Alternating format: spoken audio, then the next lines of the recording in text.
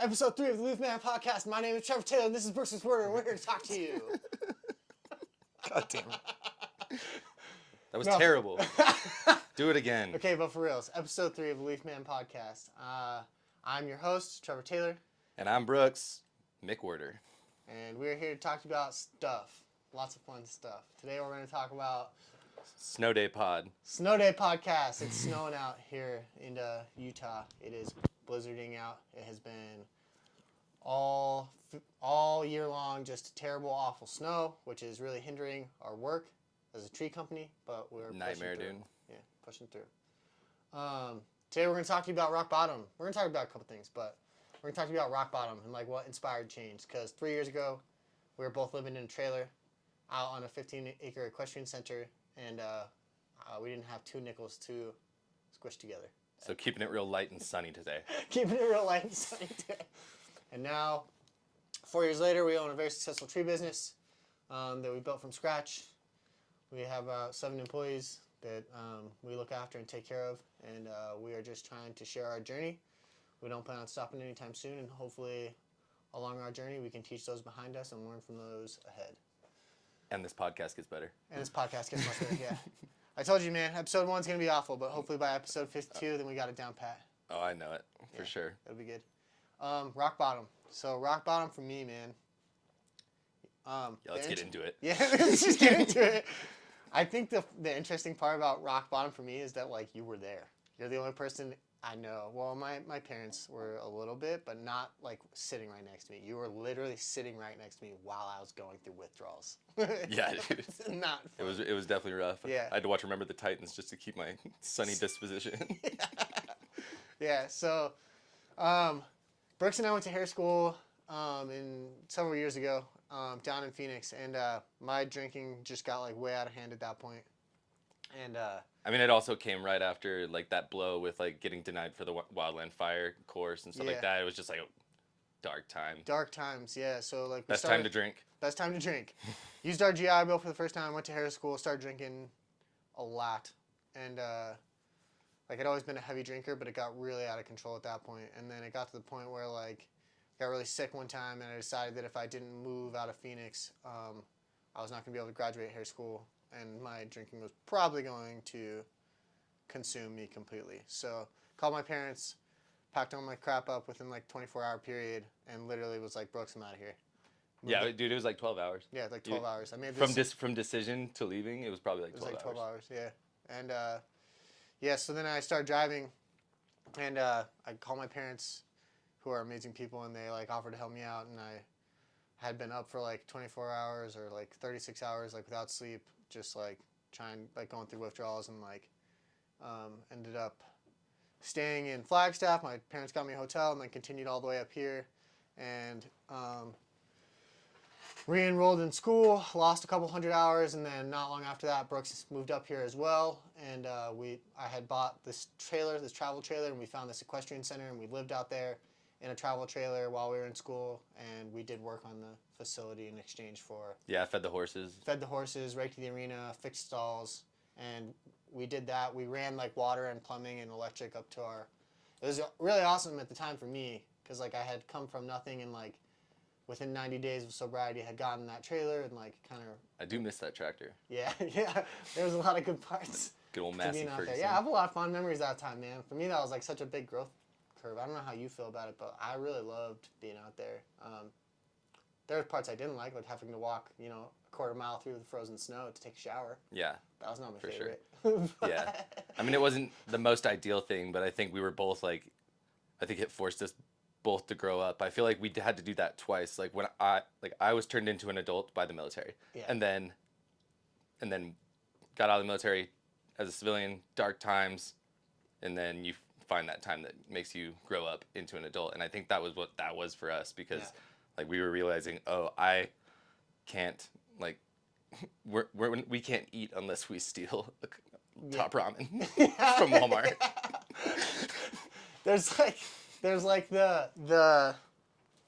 the version of you where you become adult in your younger years, and you're like, oh, I'm living on my own and paying my rent, I'm an adult. And then there's the adult version of you where you're like, I'm going to pursue a career that makes me happy and like pay my bills on time and and Yeah, not and living like paycheck to paycheck. yeah, like pursue luxuries instead of just like necessities. Like Right. 2 levels of adulthood.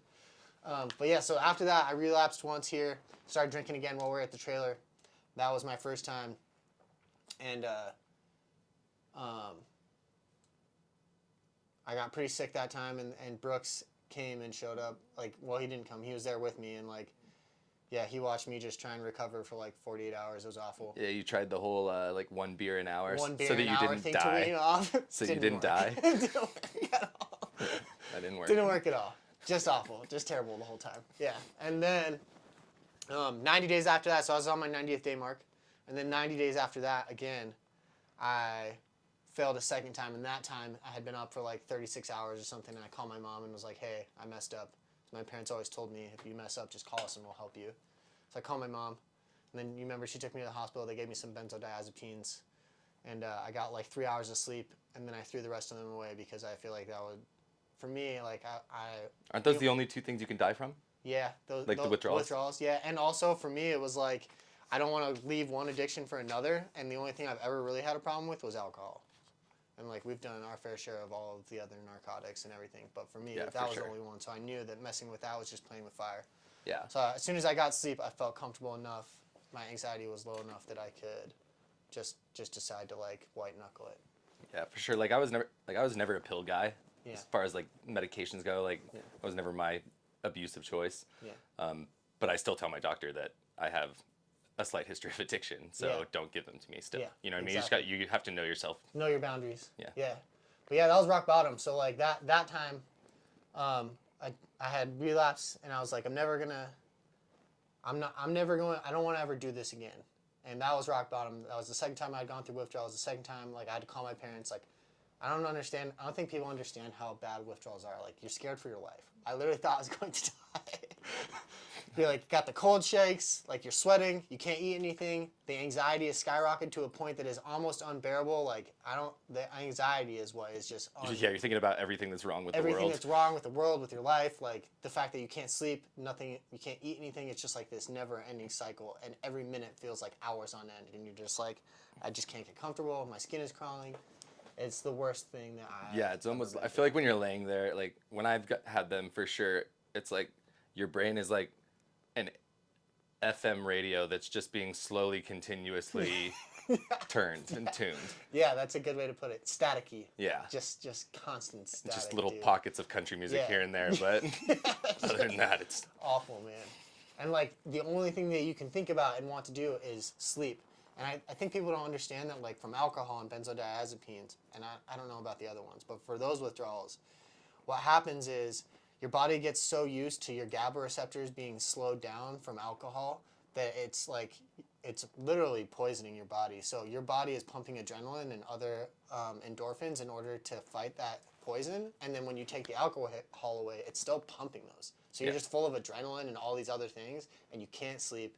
You have no alcohol to numb the anxiety and the nerves, and it's like getting a shot of adrenaline every hour. right. Because your body's trying to fight a poison that it's no longer being poisoned with. So it's just bad. It was not fun. That was rock bottom for me. Like sitting in and out of the shower, not being able to get comfortable, like throwing up, having to call my parents and tell them I failed again. That was sucky sauce. I think that was rock bottom for me. Have you ever? For sure. How about you? Yeah. My rock bottom, I mean, like, just so everyone knows, like, I'm not sober myself. I have come a long way, though, in moderation and, all that stuff. Yeah. So, just so everyone knows, I'm not claiming sobriety here. Yeah. But my rock bottom was pretty much, definitely Arizona, too, man. Like you had left, that was depressing. I was, like, because we were no longer doing the hair school thing together. That was so much fun. Like, even as messed up as we were, going to school every day was fun. Yeah, it was a lot of fun. But I saw it, and then I was all bored. But I had my girlfriend Bree at the time, and we broke up because I cheated on her because I was acting like a piece of shit back then. So, and I'll own that. Come a long way. Yeah. Come a long way, folks. Good accountability. But Like, I can we think that was it. Pause for like 1 second, not on the podcast, but just like I want people to understand that what you just did, like admitting like your faults, no matter how heinous they are, is a level of accountability that a lot of people like don't understand and don't have. And until you understand that and have that, you're not going to be able to get where you want to go or grow where you want to grow to. I mean, the fact of where you are now, looking back on when that happened, how far you've come since then, is only Right. possible because of the accountability that you just admitted to. Exactly. I mean, I would, because now that I've owned it and stuff like that, I don't know.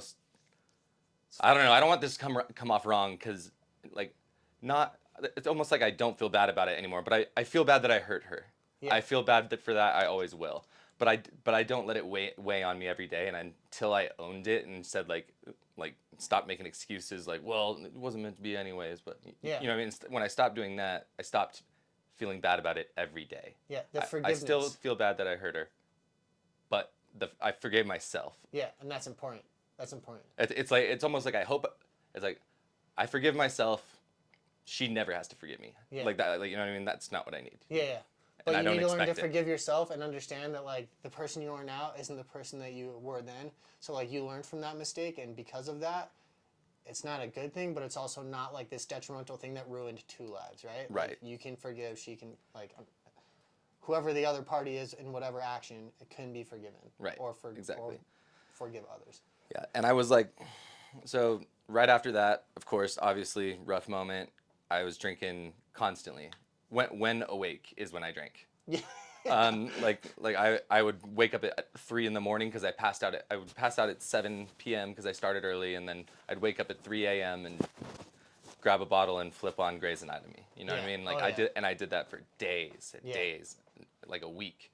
And as annoying as our roommate Daniel was, he was like, dude, you gotta clean it up. And I was like, if this guy's telling me to clean it up, I gotta clean it up. Yeah. So, so I think that was definitely when I realized, and that's when I called you and I said, like, hey, it happened to me too. I hit rock bottom too. Can we hang out again? I remember that conversation. I was like, yeah, bro, but just so you know, like, I'm living in a trailer. Like, I bought a small travel trailer, and I'm going to live in it on this ranch that I think I found. And you were like, And I was like, no, we live in a trailer.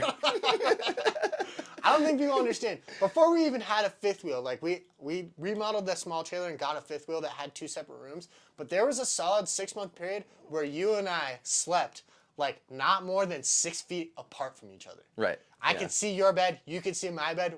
There was a couch in between us. And In a that, trailer. and our dogs took up the majority of the And floor. our dogs, yeah, dude.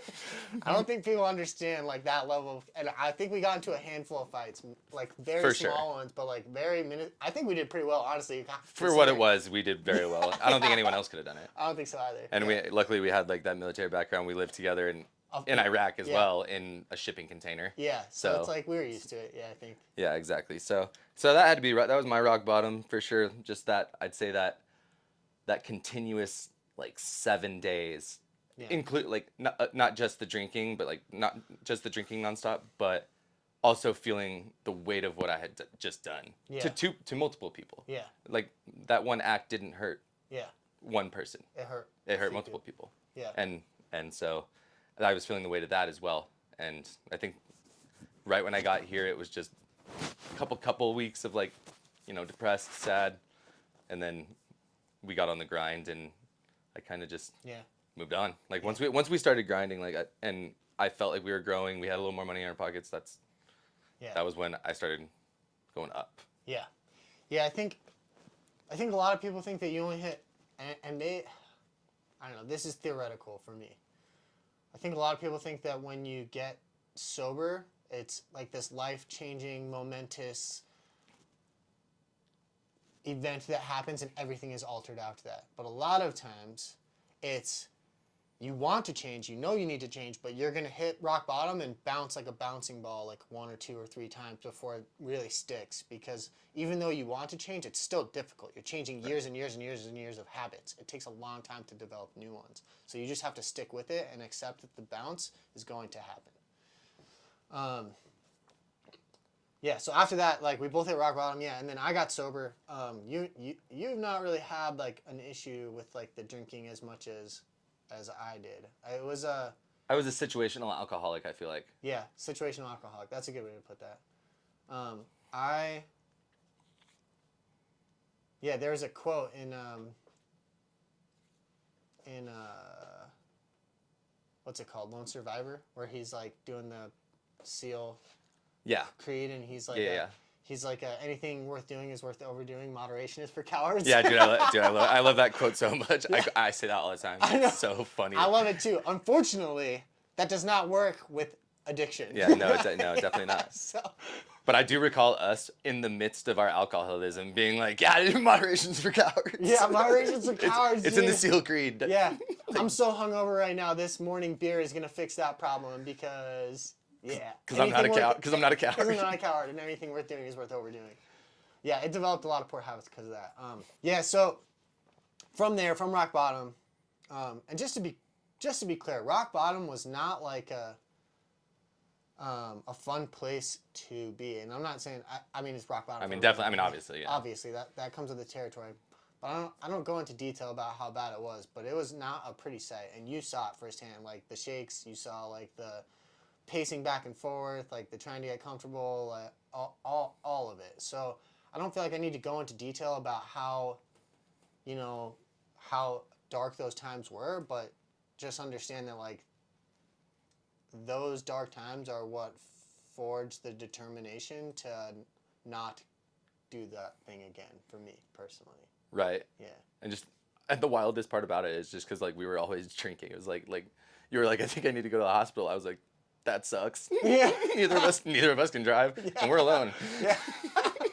So I think I'm going to die, dude. I'm like not doing. I'm like you probably are.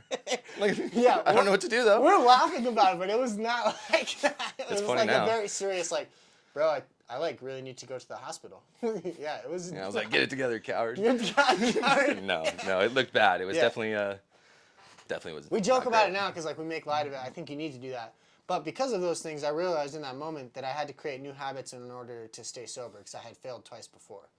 And at some point, you're going to come to a decision where it's like make or break. Am I going to drink again or not drink again? And you just need to choose to not drink if you want to get sober. And that comes from developing new habits and new coping mechanisms for that craving. So when you start to get the craving of like, hey, I'm going to make this mistake. Okay, now I have something else that I like to do. Go to the gym, whatever. Go for a run. Right. Sit down and draw. Read a book. And you feel watch a better. You're more movie. you're more productive. Like, Mm-hmm. like again, like I'm not sober, but I've learned moderation. But I will never deny. I could never deny the power of sobriety. Yeah. Like I've seen it. I'm not dumb. I've witnessed it. Half the time, if I see someone get really popular, like a food guy that I followed the other day. Yeah. He started blowing up, and I was like, where's this guy coming from? Like Yeah. all these videos are terrible until like a year ago, Yeah. and he got sober a year ago, and and then he blew up. Yeah. And he posted his 1 year sobriety. I was like, oh, that's why. Here's the thing, dude. I don't even think it could be because you have Powerful more tool. time because you're sober. Like you're not wasting weekends hungover, or I think it could be also that the people who really struggle with getting sober are the people who have addictive personalities and they just learn how to focus that addiction on something else. Exactly. And that's why they become extreme successes overnight because they're no longer hyper Like, focused no, like- on the drink. They're hyper focused on that thing, Yeah, like which I don't necessarily know is the healthiest either. like but- not knocking it, but as an agnostic, I always notice like I'm like, dude, why is everyone that comes out of rehab so damn religious?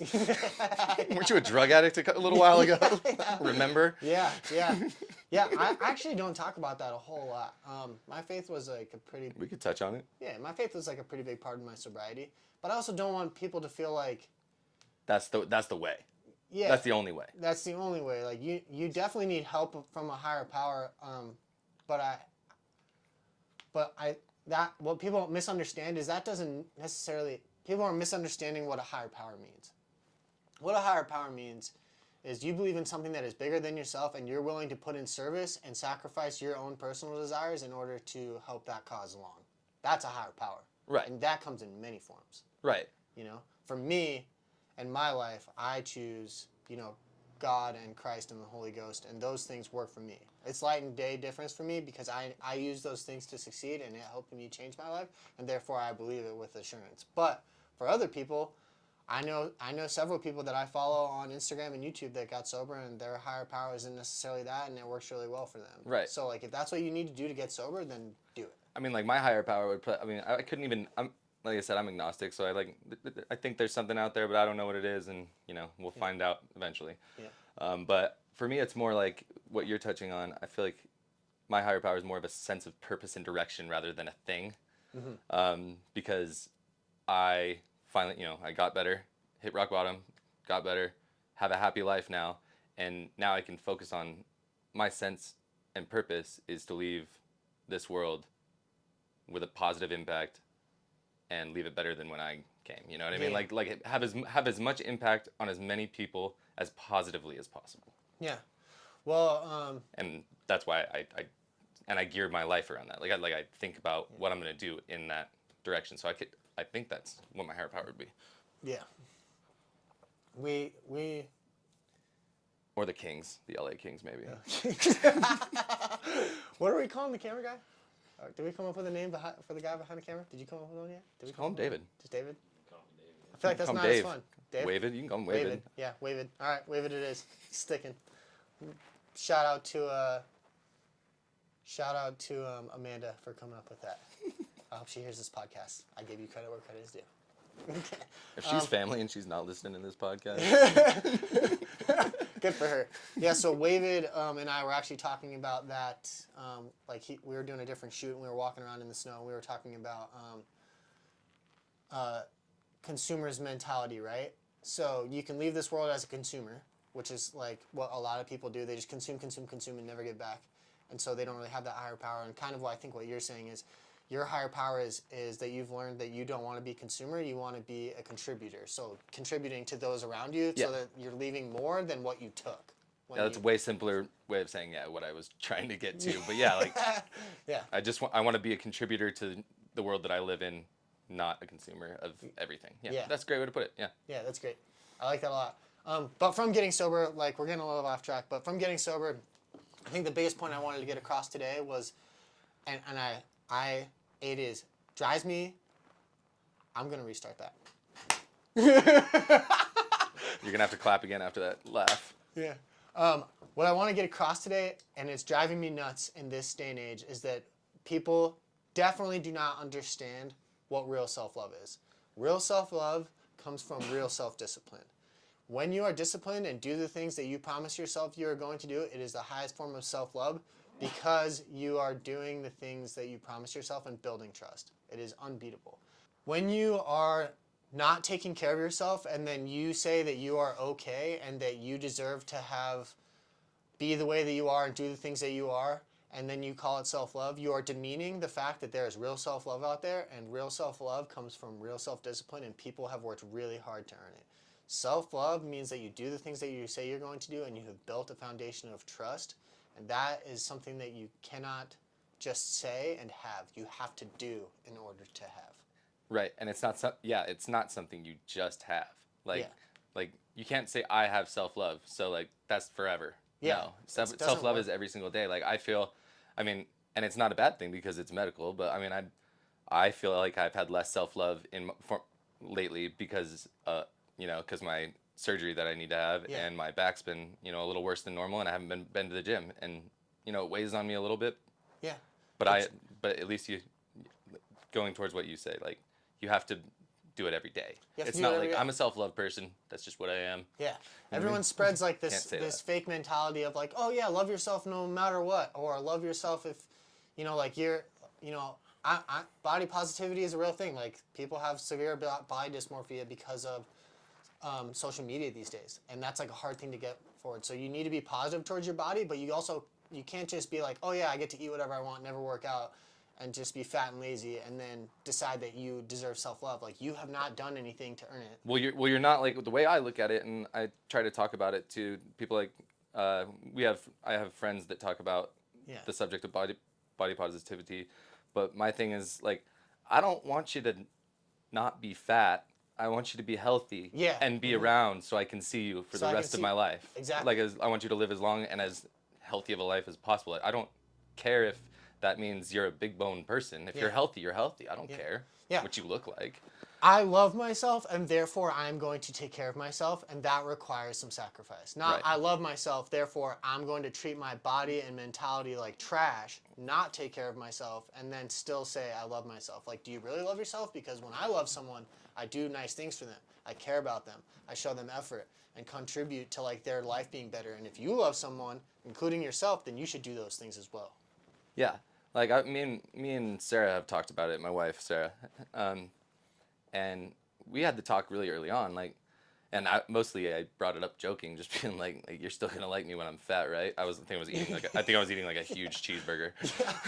I was like, you're still gonna love me when I'm fat, right? And she was like, honestly, that's a good conversation to have. And like we turned it into a conversation. It's like I wouldn't I wouldn't not be attracted to you anymore because you got fat. I would not be attracted to you anymore because you weren't taking care of yourself and it seems like you don't care about anything. That is a phenomenal way to put it. Being, being like, I understand there are physical, I think people think that you're like heartless if you say this. I understand there are physical things that people go through that make them put on extra weight. That is a life factor. I understand those things and I have compassion And for that's those okay. people. But if you are fully capable human, what I'm saying to you is being fit is a byproduct of your self-discipline, right? And if you don't have the self-discipline, you changed your personality. So now you're making it not even a physical thing. You changed your personality and you're asking me to love you and you changed in a negative way. Now I'll Right. still love you and support you and help you come out of that. But like you have it also like you can't expect the same results with different inputs, right? Like that's kind of how I feel about it. Yeah. Like it's like you said, like yeah, I'm still going to love you and I'm still going to be attracted to you, but it's not just that you changed physically. The physical change came from a mental change, and that's something that's very hard to Right. like, communicate through. It's the lack of self love and effort Self-love. that is unattractive. Yeah, people want to talk about like, oh, you should just love. Do you know how hard it is to maintain happiness around a negative person? Right. Very difficult. Very Very hard. difficult. And we've seen that on job sites. Yeah, we've seen it on job sites. I've seen it in personal relationships. I've seen it in a lot of things in life. And I think people don't understand. They're like, oh, yeah, I'll just love you no matter what. And you will. But that love comes down to like having candor with that person and loving them enough to say hard things like, hey, you're really, when they ask you like, how am I looking? You're looking great. But also, like maybe we should diet a little bit together. And that's okay. Yeah, Like, exactly. That's okay. Maybe we should start going to Hot Works together. Yeah. It's a sauna Yeah. yoga studio that me and my wife go to sometimes when I don't want to go to the gym or if I just want to sit in a sauna. Yeah. Is it inconvenient to your schedule to like go do a workout with that person? Probably, but you love them, so therefore you're going to do it. Right, exactly. And like what was I thinking a second ago? Yeah.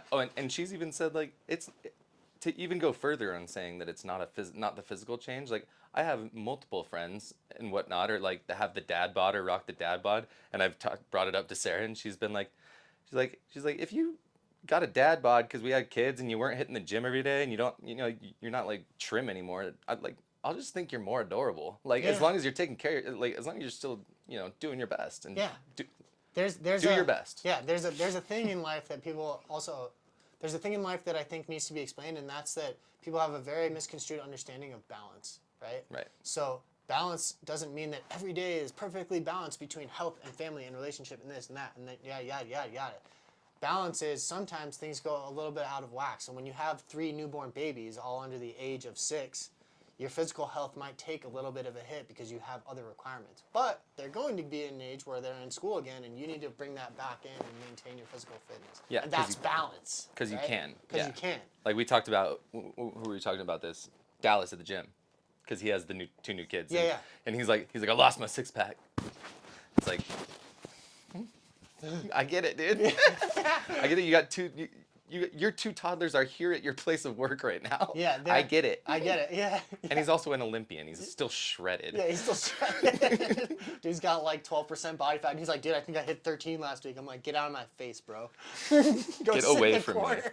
Yeah, shut the fuck up, dude. I hate you. Don't even look at me right now.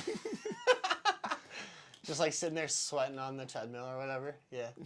But yeah, I think people understand that about balance. And again, like it comes down to like if you're disciplined and you have the trust and you've built the foundation with yourself to know that you're going to do the things that are required to be done, then it's okay to be a little bit out of balance and you can still be happy because you know that when it comes time to do the things that need to be done, you're going to do them.